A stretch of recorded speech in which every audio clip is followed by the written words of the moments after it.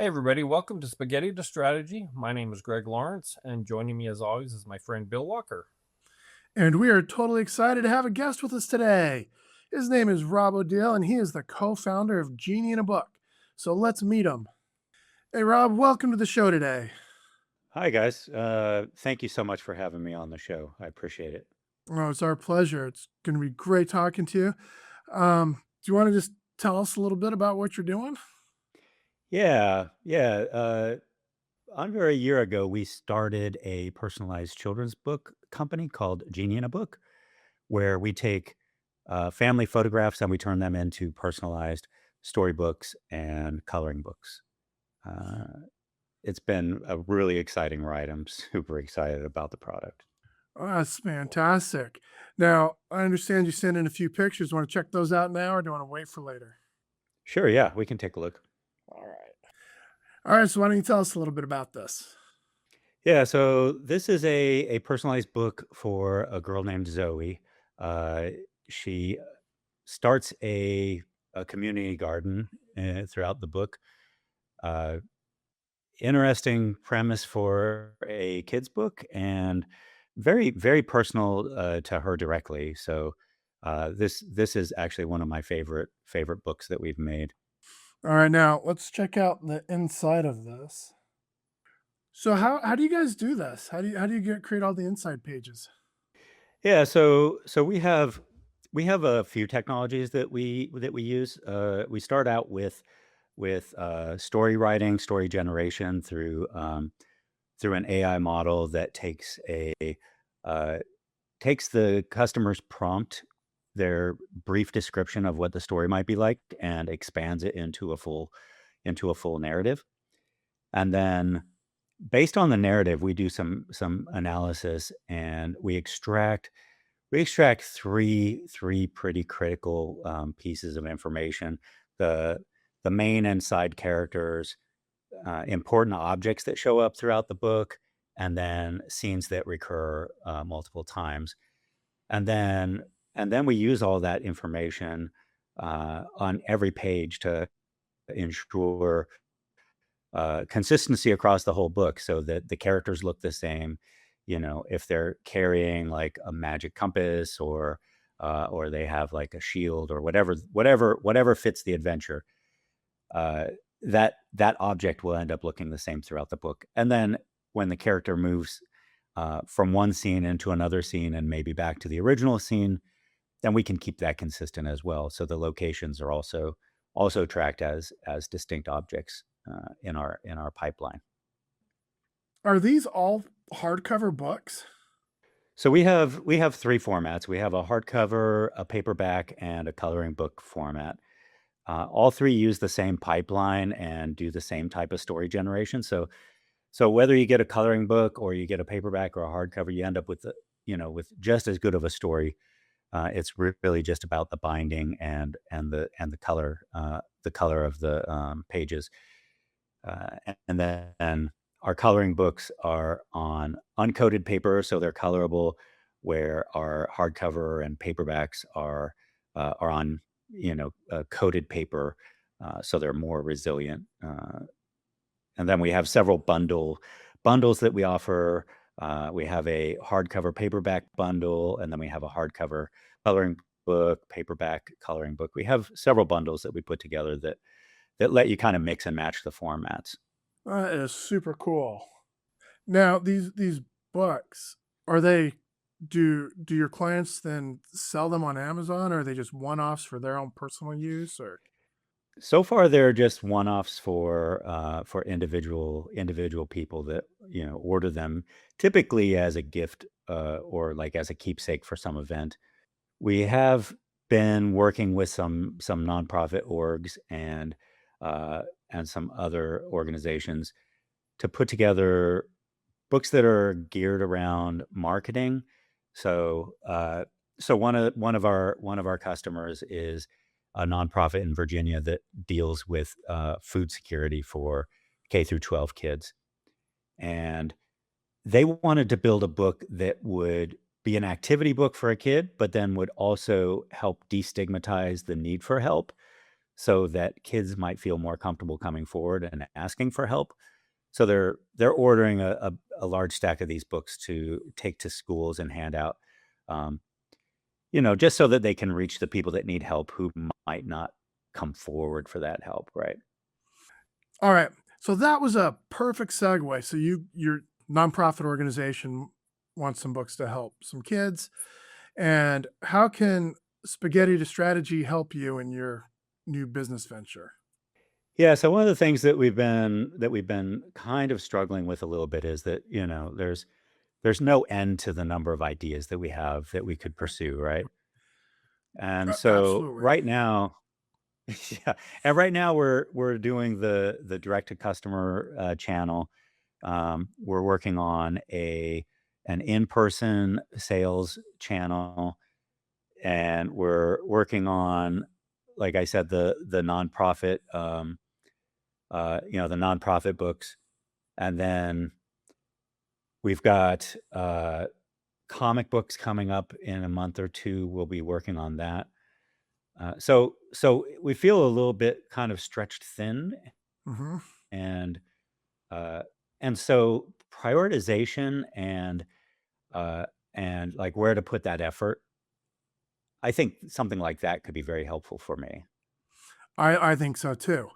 So funny that you should mention about having a plethora of ideas. One of the things I've developed is a system called Create, and the very first letter C stands for choose. And we've got to choose something. And if you try to work on everything at the same time, it becomes really hard to get anything accomplished and give it the attention that it deserves and needs to produce the results that you're wanting. And I think Greg has a good story about this. I'm an entrepreneur at heart. I've been self-employed or doing my own thing in one form or another since I was in my early 20s. And I've always struggled with a common thing, which is I've got all these great ideas and I want to try to do all of them. And I spent many, many years spinning my wheels because I wouldn't just focus on one thing. And and it's a problem. And any of us who are creative in one form or another, um, Bill has said many times correctly so, um, you will have more ideas in, a month or two than you could probably fulfill in a lifetime. I mean, it's just the way we are. We're creative. So you've got to pick something. And in this case, Rob, you guys have picked your company, your book. But if I understand it correctly, you're struggling with which avenue to focus the bulk of your resources on. And that's common. And here's the problem. And I'm not here to, it's your company, so I'm here to help in any way I can. You guys ultimately have to make the decision, but I would say this. You've got coloring books, you've got regular books, you're introducing comic books, you've got the ability to go direct to consumer, you've got the ability to do fundraisers, you've got the ability to do organizations. And it would seem on the surface like you do not want to shut off any one of those pipelines because they're all viable outlets, right? Exactly. And this is the problem that so many of us have. It's like I don't want to turn my back on an income stream or a possible customer base. So you try to do everything all at the same time. And my recommendation, and again, your business, but for you and anyone listening or watching this, pick one, maybe two things and focus on those for now. Get your name established, get things, excuse me, established. Don't forget the rest of them. Bill talks about something called the future list. Back burner those, right? But figure out one or two things. In your case, I would probably figure out the things that I would be pushing for. If I was one of your partners, I would be saying, what of our products is, I guess there's two to three things. What's the most profitable? Because the more you can put money in your pocket, then the more you can use those funds to expand, hire more people if you want, whatever you need to do. So, what's the most profitable? The second one, and this might be a little tougher, but what's the easiest one to get to the market and to build sales with? You just mentioned you've got this organization that's going to order multiple books, right? Yeah. That seems like a good strategy to go after because, you can market the personalized book to a keepsake person. And if they like it, they'll buy a book and they'll come back and reorder, one or two. Or you can go to an organization that's going to order 100 books. Clearly, Yeah. that's and it might not be what your core focus is. I mean, you might want your main customer base to be, the moms, the dads, the grandparents, the people that want to do a keepsake type book. And that's great. And I think that's really where this could shine. But if you can make 100 sales in the same effort as it takes to make one, that might be an area to focus on. And I think I kind of derailed myself from what Bill's question to me was. So, all right. That, I think That's that's all okay. right because I think you said something really pretty interesting about like sales effort. Like our direct to customer sales are through our website, and it's completely self-serve. So that's a marketing challenge, not necessarily a sales challenge. There's that side, and then the other side is the nonprofit books, which, like you said, like a single order ends up being a much bigger ticket item, and ends up being more profitable for the single sale. But the sales, like the sales pipeline, is kind of long. It's much more effort to find a nonprofit that's willing to work with us, that is interested in doing books, and then convince them that's like a good strategy for them, right? So when Greg said to choose, and then which one is the easiest to make money? So you've got those things. You just said that the nonprofit sales process is a lot longer. The mom and pop is much more immediate, but it's also self-serving. So then you got to think, how much does visibility cost? Right? Either through getting on the phone. Well, first you got to get somebody to research all the nonprofits that you'd want to work with. Then you got to get somebody on the phone to call them all. And then you may have to go meet with them either, virtually or in person. And then you've got to design, well, what is it they want to accomplish? And you're right, you can have a very long sales process. And then it's like, okay, well, how much does that earn? And then look at your mom and pop books, right? They're a Yeah. one off or a two off, but how much does it cost in time and effort to get visibility for that? So, I mean, I doubt that for families, you're going to be picking up a phone book and calling people. So you're going to be relying on it being self-contained. But the only way that people are going to find it is you're going to have to be visible.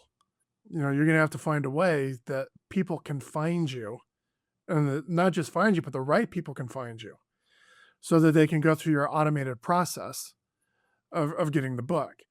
And so, as a company, as a founding team, you probably need to do some math and figure it out. So the second step in create is reverse engineering. So if you look at a 6-month timeline, and so in my system, everything runs in a 6-month timeline. You can have lots of little tasks that are completed in less than 6 months. But if you want to, let's say your company wants to make X number of dollars in revenue, and for simplicity, let's say it's 10 grand in 6 months. How many $35 books do you have to sell to mom and dad to get to 10 grand? And how many $35 books do you have to sell at 100 at a time to nonprofits to get to 10,000? And can you do that? Can you do both in 6 months? Hmm. And then there's a last one, which we haven't got to, which is just your personal preference. Like Right. what can you go to sleep at bed? How can you go to bed at night and feel good about what you accomplished? What lines up with your values? So, I mean, there could be a quick, easy way to make the money, but if it doesn't align with you, I mean, I wouldn't do it. I mean, you guys might choose to Yeah, do it, that but makes a lot of sense. Yeah. so on a gut, just a gut feeling, what aligns most with you, and which do you think can generate the revenue that you guys want to generate in a, just call it a 6-month period of time? Yeah, like the direct sales is a bit of an unknown, right? I mean, we've been accelerating, but gradually over the 7 months that we've been in business, you know? But I've done some research on what other companies kind of in this, uh in this, kind of market do, which is they spend more than their more than they make in margins on advertising, with the hope of repeat business, right? So, uh, I read about a personalized book company that was spending, $100 to acquire a customer, about $100 per customer, and they're making a profit of about, $30, right? And then they're just hoping to have carry on business from that or word of mouth business from that.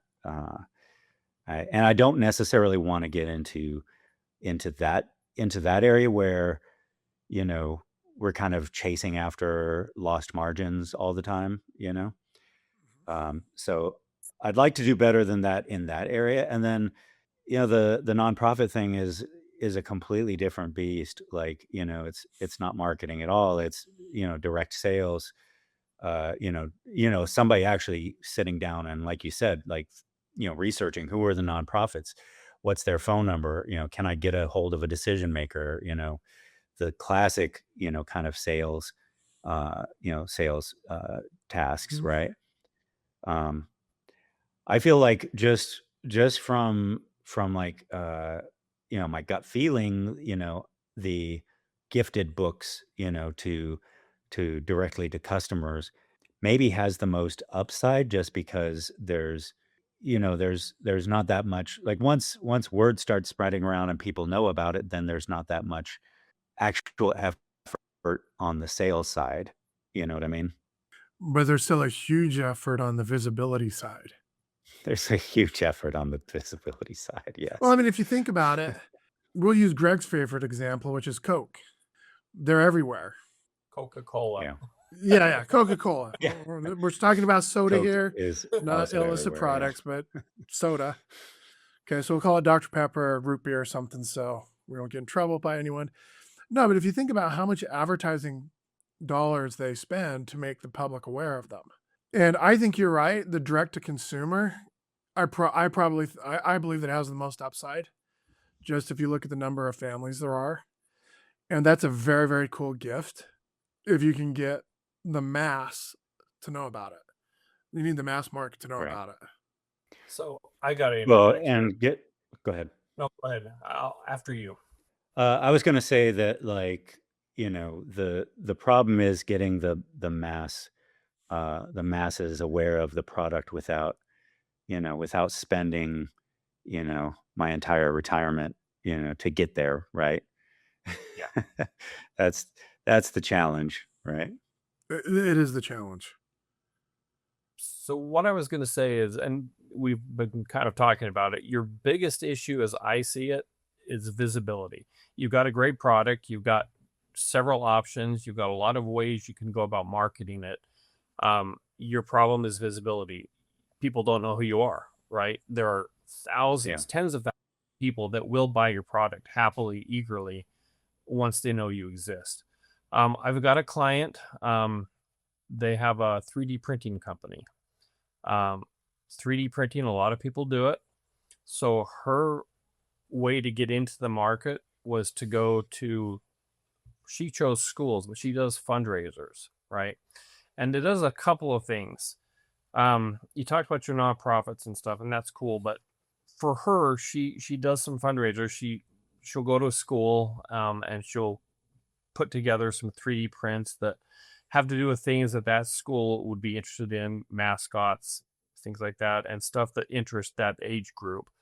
And then they go to the school promotes it. The school's going to get a percentage of every sale. So it does three things. What's in it for the school? They get money. So they're automatically on board. They're free advertising. Well, it's not really free because you're going to pay them, but you're going to pay them the best way possible after the sale's been made, right? No sales get made, you didn't pay any Yeah. advertising. So that's one. Two, the kids are going to buy it. The parents are going to want to buy it because it's something their kids are doing and it helps the school. So a lot of those barriers are reduced. And the third one, and this is the best one for her company, visibility. Her name is getting out there, getting into the hands of people. They can then go and say, this was cool, and go to the website and see all the other stuff they can order. And a similar thing like that, I think, could be fantastic for you if that's something you would be interested in exploring. I'd love to talk to you about it, but Yeah. it accomplishes I all mean, those. just to throw another scoop of pasta on the plate.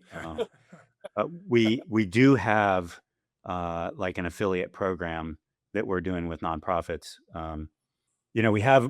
We just started it, and this is another one of those. There are so many ideas kind of floating around, and we're doing a very similar thing with that same nonprofit in Virginia, where we've given them like a direct link to like an affiliate page that that tracks sales for them, and we'll give them like 10% of whatever the attributed sales are.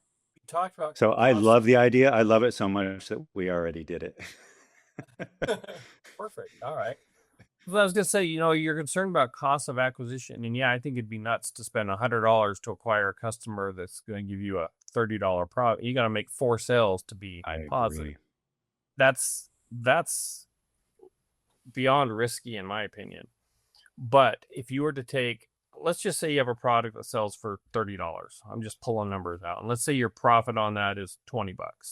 Well, if you gave half that profit to a school or an organization, now your profit has been cut in half. But ultimately, instead of spending $100 to acquire a $30 profit, you spend $0 to acquire a $10 profit, and you're getting your name out there. And then you can start building repeat business. It might lower, and the numbers are going to obviously be different, but even in that simple math scenario, you're so much further ahead than the guy that spent $100 to make 30. You spent $0 to make 10. And both of you are banking on the possibility of future sales in the, future sales in the future. Yeah, that makes sense. More sales in the future. But you coming out of the gate $10 ahead as opposed to $70 behind. I mean, anyway, there's a lot of ways to look at it. And I think I cut Yeah, Bill off. we did a pilot with one nonprofit organization to try out this model, uh, and they kind of ghosted us. Like after we set things up for them, we set things up for them. They kind of ghosted us, and it never generated any sales. We're trying again with this nonprofit in Virginia, but I think that you're right on the money as far as like schools. Like I think charter schools and things like that could be a really good opportunity. Yeah, I mean, kids are going to be excited to have books, coloring books, comic books about them. Parents are going to think that's cool. Grandparents are going to think that's cool. They'll buy it. They know they're supporting the school, and they'll show their friends and family members. I mean, if it's something you've already done, I wouldn't throw. I see a lot of people that come up with a marketing idea or something. They give it 1 or 2 shots, doesn't give them the results they want, and they abandon it. And that's not how marketing works. You gotta give it more than 1 shot. So No, but before you get invested in time and dollars and manpower, you guys got to choose a focus, whichever one that is. And if you want to choose the nonprofits, then you got to kind of let mom and pops go for a period of time, and so you can get good and expert at that one channel and run it for long enough to be able to have measurable data to know what didn't work and what doesn't work. But I think that trying to market, comic books and coloring books and to families and to schools and to nonprofits, man, that's just too much unless you guys have a big team. So how many people Right. are on set? How many people are in the sales department? That would be probably just myself. All right, so we got one. And that's okay. We got one. In most entrepreneurial startups, you have one, maybe 2 people, and you got one person in charge of sales. So what fits your personality best? Do you want to do the research and cold calling all the nonprofits, or do you want to go to the schools and try to do a joint venture with them, or do you want to Mm. make 200 videos a month and get out in the marketplace, via social media so that people can find you. Yeah, that's hard. Um, a little bit about my background. I'm not a sales guy. I'm a software engineer, so none of this comes naturally for me. I'm much more of a chain my leg to the desk and bang on the keyboard until something shows up, you know, kind of guy. Um, so I don't know. I feel like that maybe kind of my gut is the gift product sold through the website is probably the best match for my personality anyway. I've been looking for innovative, well, I hope innovative ways of getting the word out about the product. And then the whole nonprofit thing kind of both the nonprofit thing and the comic book thing both came pretty incidentally. I just had a nonprofit ask about, can you make coloring books for us?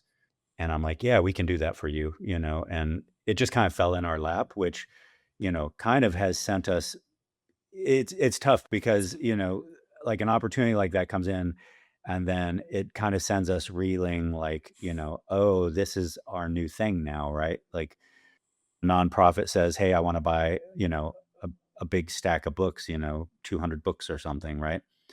Uh, and that feels like that's the next business, but then you actually have to make that go, right? Like you have to drive it.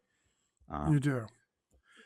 and And the comic book thing came up just because somebody saw our storybooks and said, "Hey, my son's older. Could you make a comic book for him?" And again, it sent us into a spiral of like, "Oh God, comic books are awesome. We should do that now." all right, so this is the perfect time to get into another Greg story because we just did a podcast episode about this like 2 weeks ago, and we used a carpet cleaner as an example. The carpet cleaner who goes up. Oh, do you want to tell it, Greg? Or do you want me to? Well, we have so many carpet cleaners. I'm happy to tell it. Which one are you referring to? The carpet cleaner that decides that all of a sudden they do pressure washing and duct cleaning Yeah. and house cleaning and everything else when that's not their Yep. business model. No, and I see this a lot, and I saw this, when I had my carpet cleaning company. I went out there, I wanted to clean carpets and tile. Okay, I mean those kind of go together. It's on the floor, and then somebody says, understand when you go to your suppliers, they're always wanting to sell something new. You go to the classes, you go to the conventions, everyone's wanting to add stuff to what you can offer, which can be good and bad. But one of the first ones was, well, what about concrete, hard surface cleaning? Oh, yeah, that makes sense. Well, how many times are you in a home and somebody says, hey, do you do regular house cleaning? Well, I'm already here. Why not try to introduce some cleaning services? Another one that I found kind of odd was air duct vent cleaning. They have equipment that'll hook up to those carpet machines and send stuff down your air ducts and clean all the dust. And that was becoming very popular. Anyway, and the list goes on. You're there. Do you do windows? If I'm in there to clean something in somebody's house, you could make that into an infinite supply of offerings. But by doing that, you dilute what your main thing is, um, which for me was, carpet and tile cleaning. Um, It's you like got the handyman trucks that you see like driving around town and they've got like 50 services listed on the side of their truck, right? and they can probably do all 50 of them, but they're probably really good at 5 or 10 of them. And the rest of them they can muddle through, right? And that's kind of how it was for what we were doing. If you want to clean your windows, call a window cleaner. If you want your carpet cleaned, call me. If you want a maid service, call a maid company. And yes, you can try to offer everything to everybody, but when you do that, you become ineffective, or less effective, I should say, at all of those things. So we focused on our core product, carpet and tile cleaning, and we did very, very well. And we were very, very busy. And when people came, what we did was we built relationships, which I still have a lot of those relationships today, and I haven't been in the business for years. but I have a really good friend and she has a maid service. So, do you do house cleaning? I don't, but I got the person for you, right? Do you do windows? I don't, but I got a guy for you. And they would do the same. When she was in there cleaning, hey, do you do carpets? Or nope, but I've got the guy for you. It was more effective for us that way. Now for you, I don't know how you really don't want to affiliate with other, if somebody says, do you do fundraisers? You don't want to pawn them off to your competitor. It's a little easier for that, but you do want to, the point of this is you want to, at least in the beginning, really focus on one or two things. Like I said, we focused on carpet and tile. We eventually expanded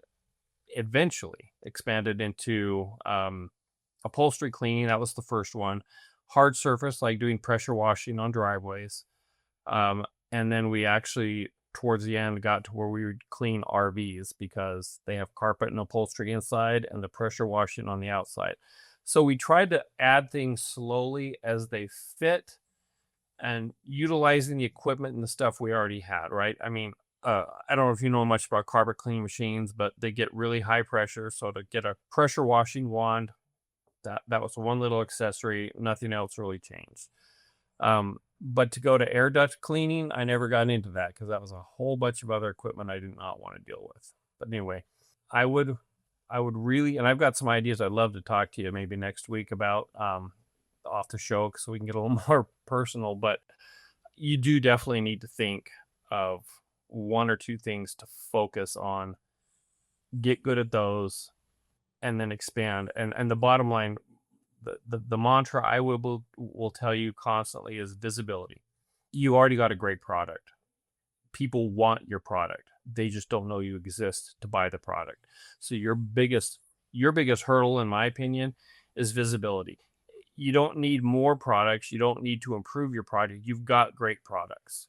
You just need the world to know, I'm here, come buy from me. And once they know you're there, they will come and buy from you because you've got a great product. It makes a lot of sense. I like that. I like that a lot. And what do you think about actually choosing a core product to focus on now and kind of future listing the others until you get good at the first one? Yeah.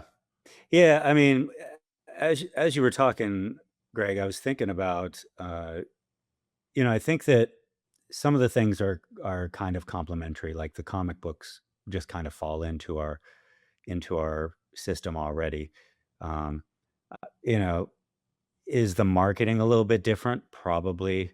Um, so maybe that guy gets pushed a little bit. And then the nonprofit thing, I think maybe gets pushed, uh, or becomes something that we do when it falls in our lap, uh, like the existing couple of opportunities have just kind of fallen into our laps essentially. Um, and then focus on the core product being uh, the storybooks and coloring books, right? Yeah. And you know what happens when you do that? You all of a sudden you've got lots of freedom. You have mental freedom. You know that those other ideas are parked safely away for you to get back to when it becomes their turn to be the priority. And it lets you focus on this one method so that the visibility strategies you choose meet that objective of your moms and pops. And What are you Yeah. gonna say, Greg? Yeah, I was gonna say back to the example of the carpet cleaning. Our primary focus for the longest time was carpet and tile cleaning. And then when we started adding upholstery, carpet, tile, and upholstery, but our advertising, our marketing was pushed towards just carpet and tile. But upholstery was there. So people see it and they see upholstery, they know, oh, they can do that. And they will call, it wasn't a heavy push in the beginning. And then we added hard surface cleaning, that's what they call it, like driveways, pressure washing. And we just added that as a carpet tile upholstery. We also do, pressure washing for driveways, sidewalks, hard surface.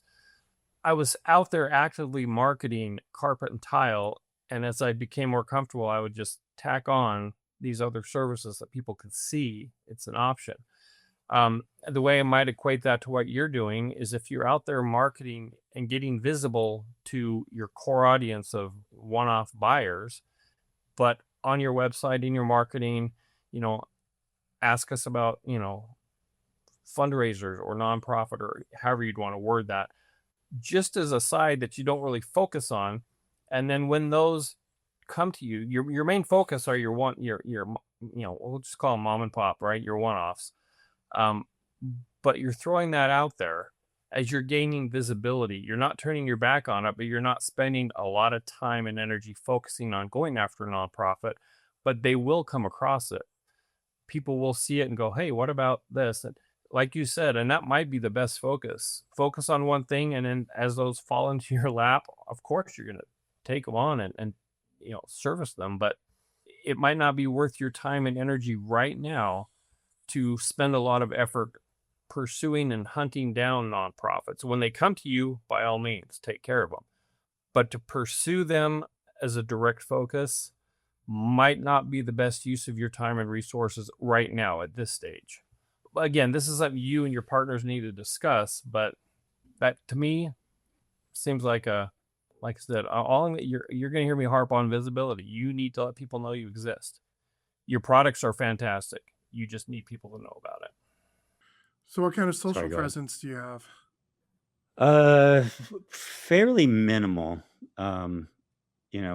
We've been working on that, of course, but we dabbled a little bit with some, trying to reach out to, kind of micro influencers and trying to do like a micro influencer strategy. And it seems like, we engaged with one micro influencer who posted a video for us, which turned out really cool. And it got a lot of engagement, but all the engagement was from other micro influencers that are like, doing the same exact business. Every comment was from somebody who had like UGC either in their name or their description. So mixed results there. We do have, we got booked for a morning TV show that's actually going to air on Monday. I'm excited to find out what comes from that. It's like a gift guide on a local Portland affiliate. Well, that's exciting.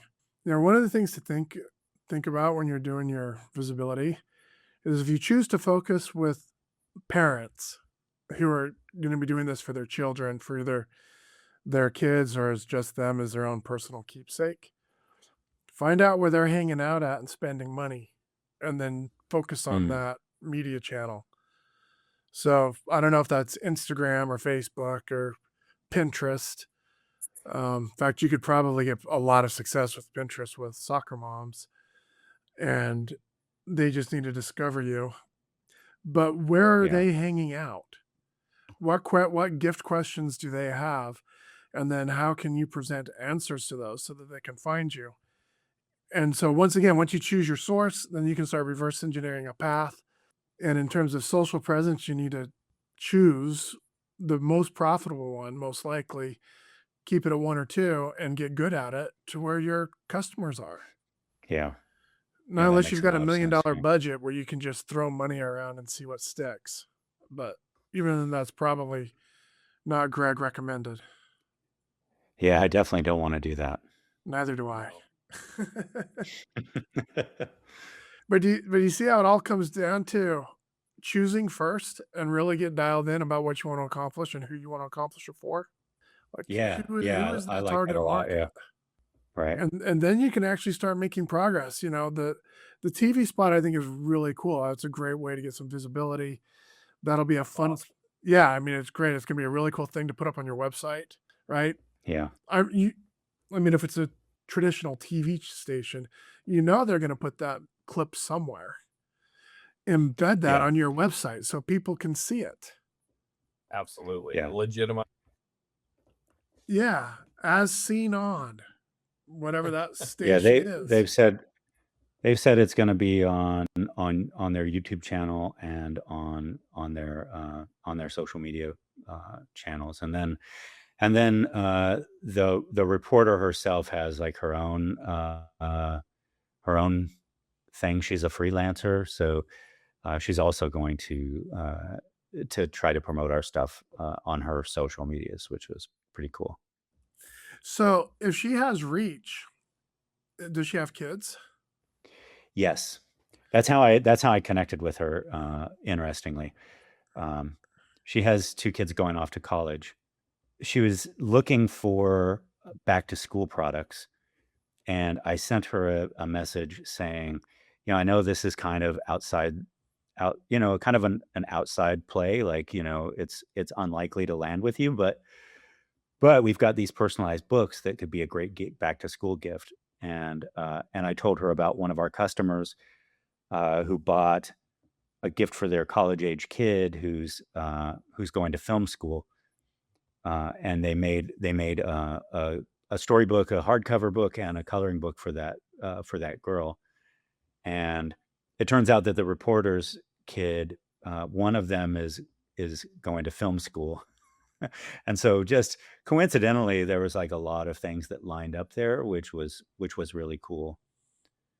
Well, did she get I just booked? don't know how to, I don't know how to scale that. Yeah, yeah. I sent her a bunch of books actually Cool. for the spot. No, that's great. So that was relatively inexpensive marketing. Yeah, exactly. Yeah, yeah. The cost of 4 books, two for each of her kids, because she's doing that thing, that traditional lay out all the products on the table, and then you walk through and talk about each one. She's doing that type of a spot. So I'm really anxious to see if that results in some conversion, given that it was such a inexpensive you know way of reaching folks. And then trying to figure out, like, how do I scale that, right? Like, you know, I'm not connected to like a bunch of media people, but I feel like, having the one spot and being able to say, like, hey, we are featured on this channel. Maybe you should feature us on your channel. Maybe carries a little bit of weight.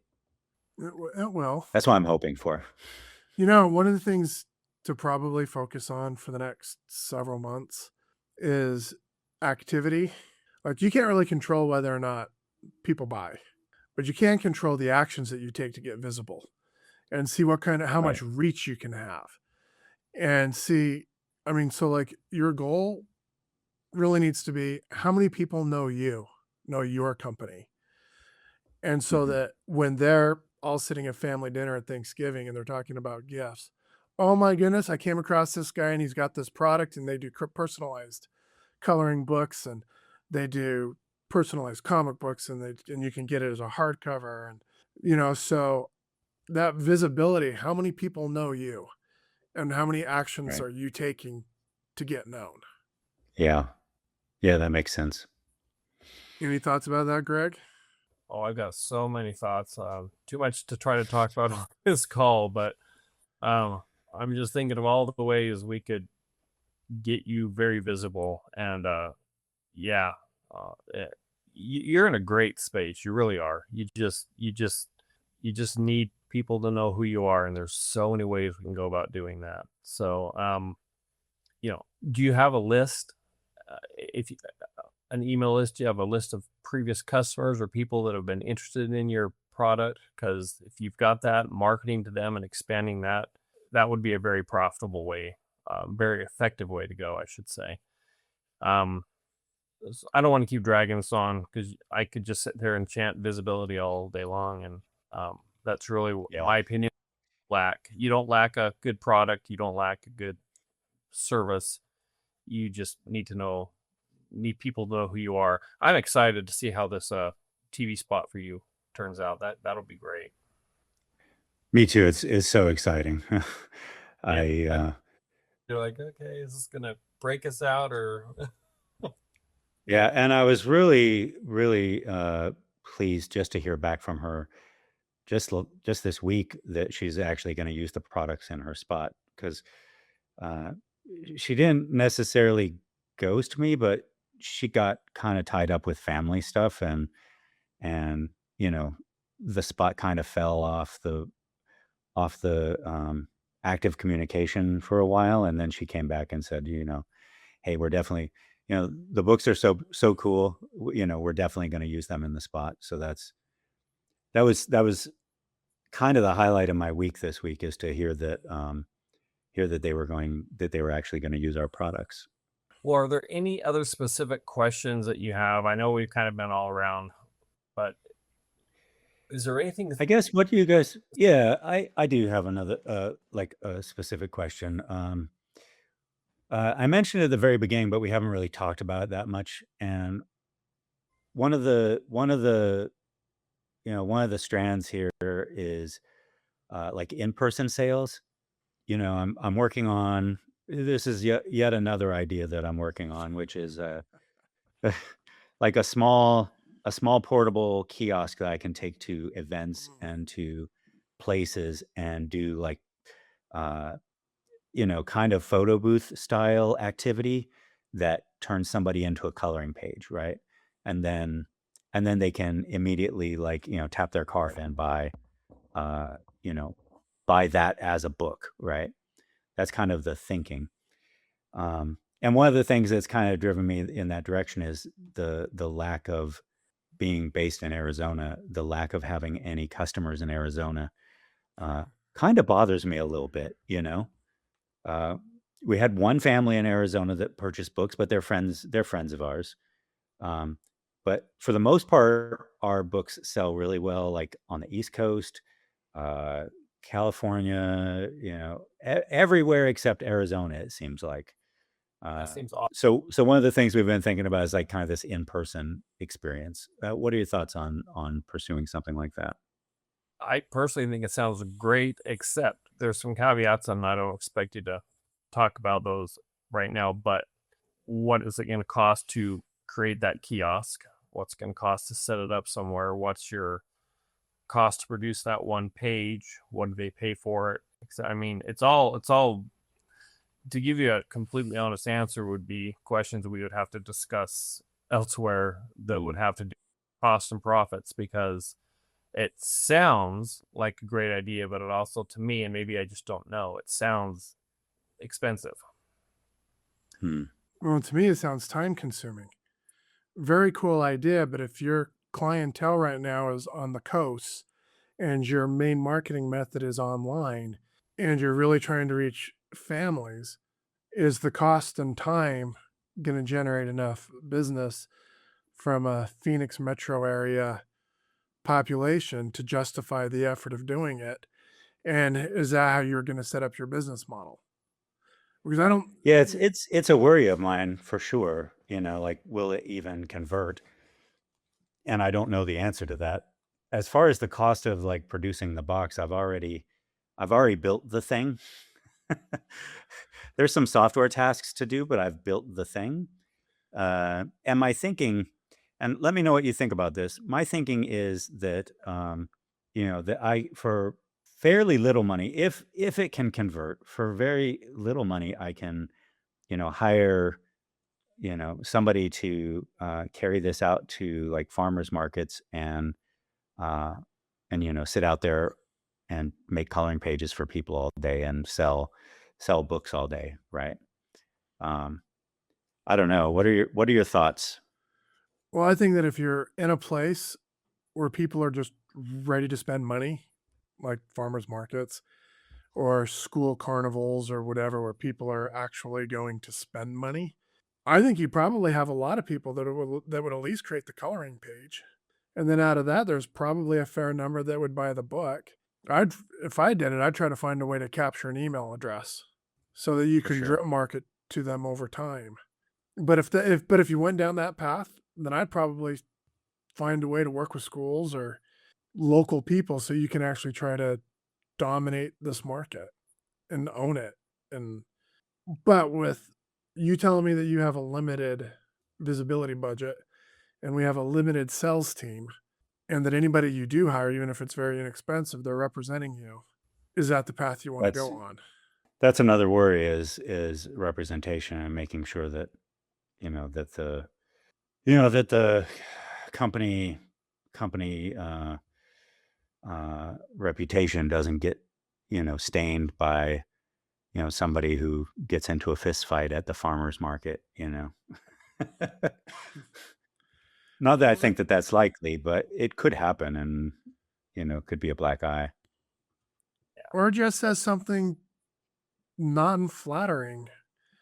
If they get Mhm. into a dispute with anybody, someone shows up they don't like and they say something and they're representing you, I mean, you don't know. On the surface, I think it sounds like a cool idea. Putting it into practice and how lucrative it is, I think it depends on what you choose. I think it could be very effective, very especially if you've already got this thing built. So it's just a matter of implementation.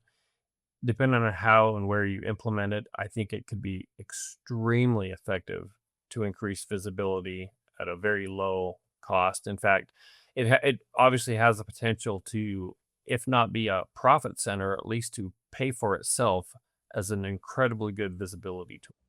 So depending on, there's a lot of ways you can look at how to utilize this tool you've created, and I think it's got a lot of potential. You just got to make sure that you implement it in an effective way, and it definitely has the ability to scale as well. So that's another thing I like about it. It's an idea that's very scalable, and like I said, if implemented correctly, I think it's a fantastic tool for visibility, and it can be a profit center. Eventually, I think it would be a very good profit center, but at the least, out of the gate, I think it's a very inexpensive or break even visibility tool. So yeah, I would Yeah. go ahead. My thinking was that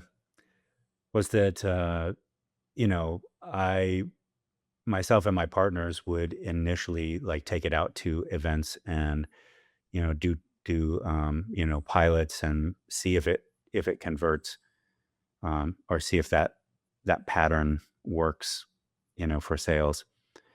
And then, if it actually does seem like it's a way of generating, even if it's not making a ton of money, if it's generating a lot of interest and a lot of visibility, like you said, that could be worth the effort just on its own. But again, it's like I think we have to test into it, which is, kind of the time consuming and the difficult part, when all the other um, balls are still in the air as well. It sounds like you've got a lot of stuff to go talk about to your partners with. But it'd be fun is if we could meet up again in about a month, kind of see what you guys chose, the direction you're taking, and then do it a couple more times after that and go on this journey with you. And Yeah, that would as be you're awesome. kind of getting exposure, and that way we can continue the conversation on what the results have been or haven't been based on what you've done. So, what do you think about that? Regroup in around a month or so, and you can tell us what you've chosen.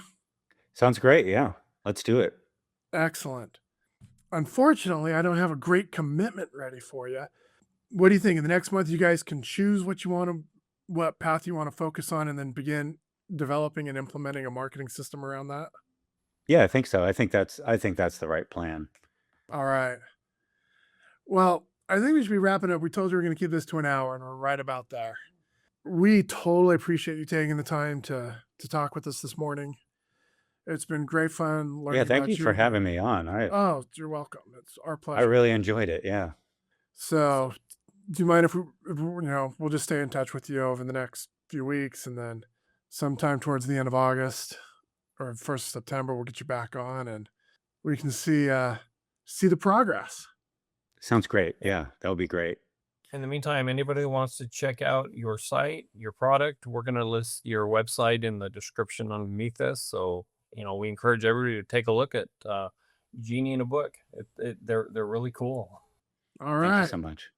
Well, thanks for joining us and watching, and subscribe and all that stuff, and we will see you in the next episode.